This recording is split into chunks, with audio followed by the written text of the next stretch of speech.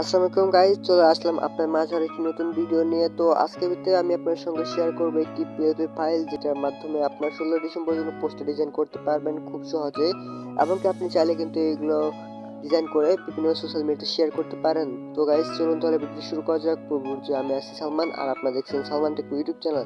যদি আমার চ্যানেল নতুন দর্শক হয়ে থাকেন, অবশ্যই আমার চ্যানেলটা নিচ থেকে সাবস্ক্রাইব করে পাশে থাকা বেল আইকনটি প্রেস করে রাখুন, ঠিক এই জন্য হেল্পফুল ভিডিওগুলো সবার আগে দেখার জন্য। তো গাইস চলুন তাহলে আমরা ভিডিও শুরু করি।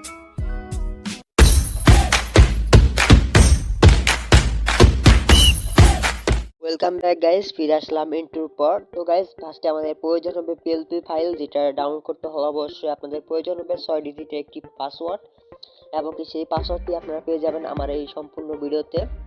তো সবাই সম্পূর্ণ ভিডিও দেখে পাসওয়ার্ডগুলো কালেক্ট করে নেবেন, এবং কি স্ক্রিনে আপনাদের পাসওয়ার্ডগুলো দেখানো হবে।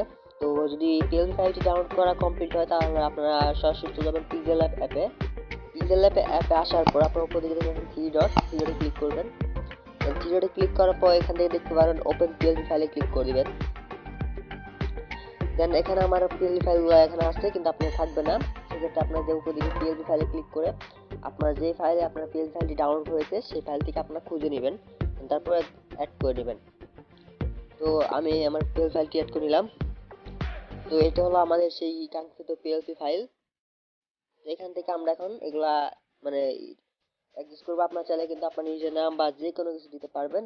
তো আপনারা এখান থেকে কাস্টমাইজ করে নেবেন। তো দেখেন, আপনি যদি চান আমার ছবির জায়গায় আপনার ছবি দিতে, সেক্ষেত্রে এখান থেকে এটা লকটা খুলে আপনারা চাইলে এখান থেকে আমার ছবিটা ডিলিট করে দিয়ে অবশ্যই আপনার ছবি দিতে পারবেন। তো ছবি দেওয়ার আগে অবশ্যই একটি কথা, আপনার যে ছবি দিতে চাচ্ছেন সেই ছবি ব্যাকগ্রাউন্ডটা রিমুভ করে আপনারা দিয়ে দিবেন।